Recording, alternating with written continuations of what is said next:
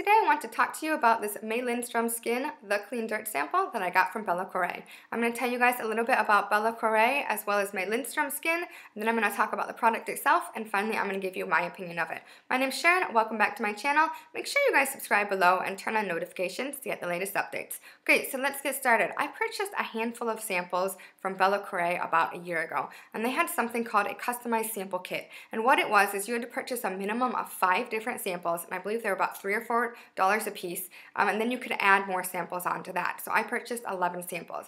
And what they said is that the sample sizes are, of course, samples, and the purpose of it was to patch test. So to make sure that you had no reaction to the product, to see if you like the texture or the scent, or just to see if it worked well with your skin or hair. What I did is I purchased these because I wanted to try some more expensive products, and I also just wanted to pay a little bit of money to try products rather than purchasing the full size or the trial size. I think it was it's better for the environment to purchase smaller sizes and then try those out first. So May Lindstrom is a brand that has been around since 2012. May Lindstrom is the owner of May Lindstrom Skin. And now she said as a child, ever since she was an infant, she had issues with her skin. So she said she had very reactive skin. So for example, if she was put in a disposable diaper, she would develop rashes easily. She also said she suffered from, eczema and blisters and just all of these skin problems.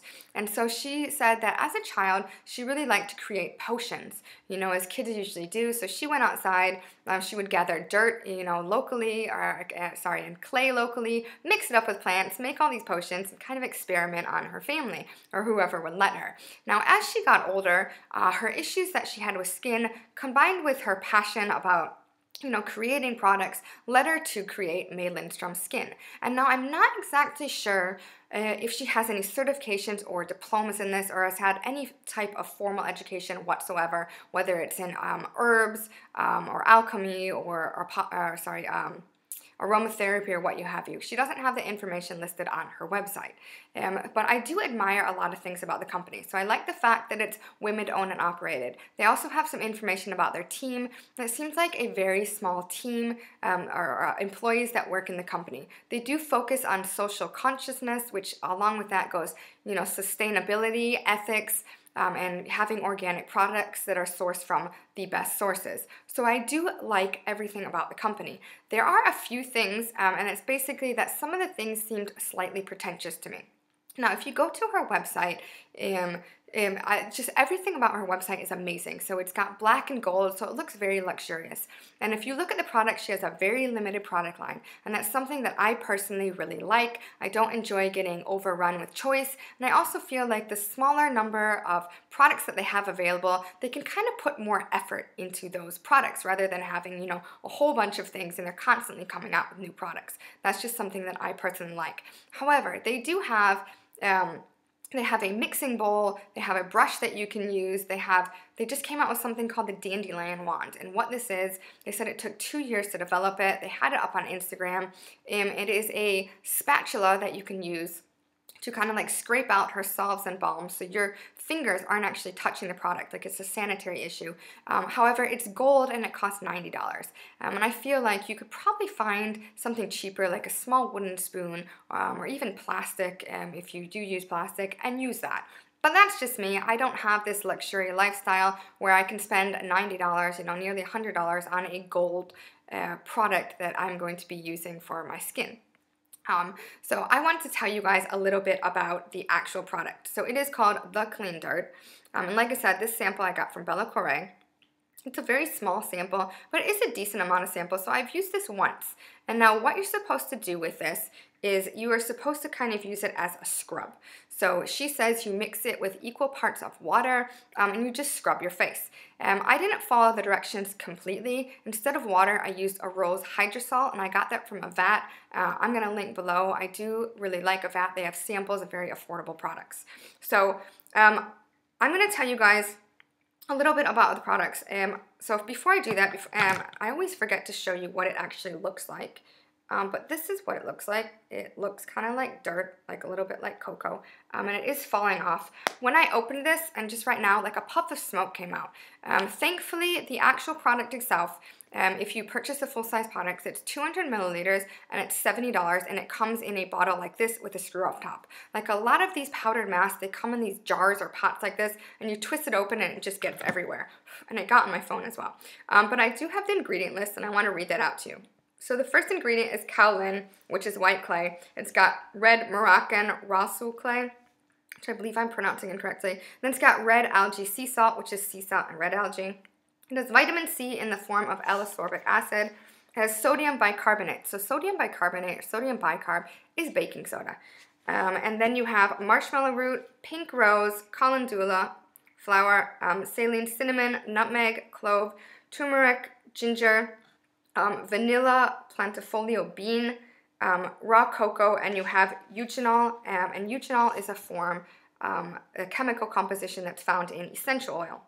So a couple of thoughts about this is I feel like the ingredients here, so this is a powder, so first of all, I feel like the ingredients here, I could probably make something similar myself. Now, I do understand that she is, a professional, and the dose is in the poison, and I don't know what percentage she's using, because a lot of these things here, you've got the cinnamon, the nutmeg, the clove, the turmeric, and the ginger. These are known as warming spices, so they kind of create kind of a warm sensation when you apply them to your skin. Another issue that I have here is that I feel that some of them, such as the sea salt and the sodium bicarbonate or the baking soda, could irritate sensitive skin. And again, it is going to depend on how much they're using in here, because she does have a section on her website called ingredients, and you can go there and see, like, she does acknowledge that, if you're going to use something like, straight baking soda or straight cloves on your face, you're probably going to have a reaction. But it does, she does put a lot of time and effort into how much the actual product how much the ingredient is actually going to the product. Now, the second issue that I have here is the last ingredient, which is eugenol, and it is a component of essential oils. Now, on her website, I don't know which of these are essential oils. So cinnamon, nutmeg, clove, turmeric, and ginger can be spices, and they can also be essential oils. The vanilla, she has it down as a vanilla bean, so my guess is she's ground up the beans. That's just my guess.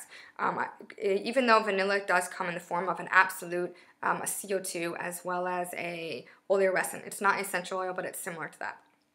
So my issue is, if you have powder and you are adding a few drops of essential oil in it, or a few drops of a liquid in it, it doesn't matter how much you mix it, you're going to come up with two issues. The first issue, the drops that you put into that powder are going to break up into smaller droplets, but they're probably not going to be uniform in size. So you do have a difference with the actual droplets. You could have a big droplet, and then you could have a smaller droplet. And then you have the issue that the droplets are probably not going to be uniformly mixed within the entire mixture. So that's that issue. Now, you also have that you are putting essential oils into powder. You are not, and essential oils need to be mixed with a liquid. So if you have an essential oil and you put it in oil, oil and oil mixed together.